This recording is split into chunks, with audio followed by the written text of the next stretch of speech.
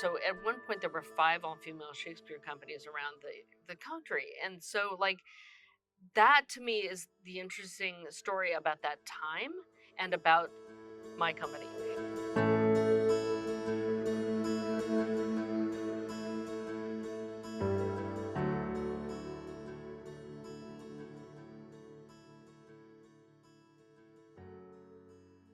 If I had known how much work it was to start a company, I never would have done that. I'm Erin Merritt. I'm a director and a producer and all things theater maker. Started out as an actor, but my sweet spot is directing. Women's Will was an all-female Shakespeare company. We were going back to make work for women, to elevate women in more interesting, more well-rounded roles, and to look at those shows from kind of a fresh direction. There's a lot of Shakespeare in the Bay Area and a lot of companies in neighboring states that would come and audition here. And so there was like 6 months a year when I was going to a Shakespeare audition every weekend or every other weekend, and I'd see like 50 women there, and we'd all be sitting there cooling our heels for hours as, you know, one man after another went in, came out jaunty and smiling, and we're just sitting there. Felt like a very unhealthy environment for women to be working in. The final straw was a really terrible audition where it was a callback for 4 shows for a summer season. After 2.5 hours, he said, okay, I don't know what you guys' acting is, so I need to see an audition monologue from you. And he said, I need to see a comic verse monologue. So again, you know this. There aren't any, there's like 5, right? And so I pulled out a Cressida piece. And that was the closest I had to comic. It's funny. I think it's sweet. You know, it's the Stop My Mouth piece. And I did that piece, and he said, that's not a comic piece, and also I don't want to hear from that whore. And that was not the first or last time that I heard that response to that piece from a man. And I obviously was not in a privileged enough position to be able to stop and say, excuse me, if you are kidnapped by a foreign army, you're going to find a boyfriend so that you only have to be raped by one guy instead of all of them. That is not the definition of a whore. So I had to smile, but I walked out of the room and I was like, I've had it. I'm sick of being treated like shit. So at that point, I looked around at the rest of the people, not in that room, but in the hallway, and said, you know, somebody ought to take advantage of all this wealth of talent here. Like, somebody really ought to do an all-female production of something. And everyone said, oh yeah, you got to do that. And I was like, well, not me. I mean, you know, somebody should do that. Finally, I went, I don't really want to do this, but if somebody else does it and doesn't involve me, I'm going to be so pissed. And so I went, all right. I was supposed to direct Two Gentlemen of Verona for a company in Seattle that then like exploded and went bust. And so I'd already prepared that play. And so I was like, you know what, that one actually might be funny with an all-female cast. I took out $1,000 from my bank account and put on a show for $1,000. And people liked it so much they came up and shook me afterwards and said, when's the next one? And so I was like, okay, I guess we're starting a company. And we didn't know if it would even be any good, you know? Like, we're doing it for ourselves. All right, they bought us as comic men. So let's go the other direction. And we did Coriolanus. When the idea for Women's Will came into my head, I did think, you know what, I'm not gonna wait. I'll figure it out somehow. It's a really, really negative quote from King John saying it's nothing, it's a weak will, it's a woman's will. And I just thought, well, you know, we're really turning this lack of something into a wealth of something.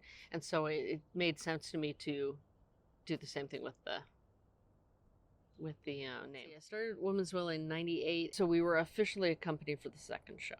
And we started having meetings. I do not know if we had a typical company structure or not. I think it was less atypical than people would probably expect. I don't think I am necessarily what people expect when they think of a woman leader. This was not a company that was a consensus-driven company at all. I'm too impatient for that. I just want things to be efficient. I want people's time to be used wisely, and to me, consensus just takes forever. I can't. I very much admire it in other people. I don't look down on it, but we didn't run that way. So everyone had input, but I was definitely always the one driving us and saying, okay, we need to make a decision now. Once I started running Women's Will, that became a full-time job because then I had to fund it and I wanted to pay the actors and I wanted so I had been working a lot as an actor, and I found that I'd be called for an audition, and I'd say, okay, either I have time to prepare for this audition or I can finish this grant for this company, and I would always finish the grant. We had a mission of triple accessibility. Everyone should be able to afford the shows. Everyone should be able to reach the shows. So we moved around with our shows, and everything was on public transport routes. Everyone should be able to relate to the shows, which I intended as you ought to be able to see yourself on stage. Really, even though our mission technically is to entertain people with these shows, it's really to actually change the whole field. I know we had about, I feel like we had about 1,500 to 2,500 people come to see each of the outdoor shows, and about 700 to 1,000 would come to see our indoor shows. We performed everywhere in the Bay Area that we possibly could. The summer shows were all outdoors. They were at parks all across the Bay Area. It's always, I think it's hard to know definitively what effect we had.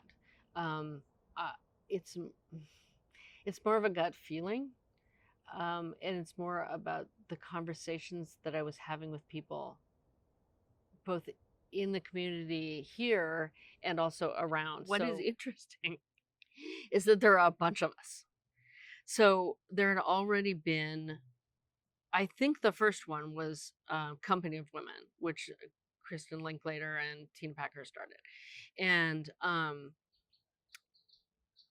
and I think that genuinely was a little bit ahead of its time. But it inspired a bunch of us. So at one point, there were 5 all-female Shakespeare companies around the country, and so like that to me is the interesting story about that time and about my company. As a leader, the thing I'm most proud of is that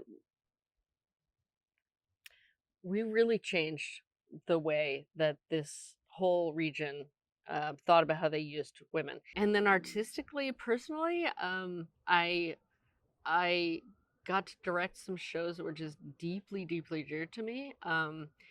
And I think I have kind of a top 3 of those. Lord of the Flies, Happy End. I wrote my thesis on Brecht, so anytime I can direct Brecht, it's a joy for me, and particularly because so many people's experience with Brecht is so dry. The real top show, I think,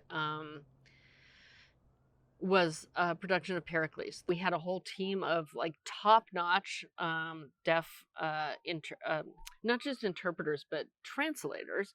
So we really translated that text not just into like a modern language version of Shakespeare, but they were like, if you want deaf audiences to come see this, you need to give them the full Shakespeare experience, which is not the plot, right? We don't do Shakespeare for the plot, right? We do it for the language. The learning curve I had on that, and the joy of delving into everything that can be done with American Sign Language was spectacular.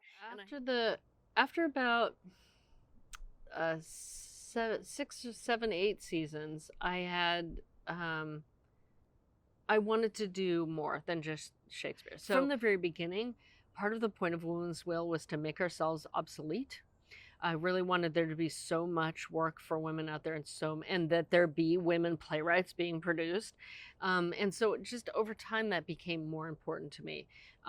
So in 2009, I was ready to leave the company at that point. When I moved back in 2015, I was looking for work, and people said, "Why don't you restart Women's Will?" And I was like, "Oh, I can't start that again."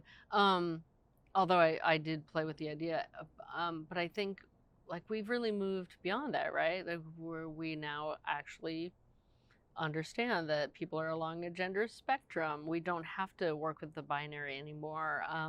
And I think that that time for that has passed. Um, Not that I wouldn't do another all female thing again. And it's now, of course, I'm doing um, the Bay Area Women's Theater Festival. But as I'm working with this year doing another classical text, and for a women's theater company, um, I I'm looking at that again, and I'm casting mine, and I'm going, no, I'm going to be really working with female and non-binary if I can find enough people that are available. Because beautifully, they're not all available because they're working, and that makes me really happy because that makes me feel like we've gotten somewhere. Um, and like that's just a beautiful, beautiful thing to me.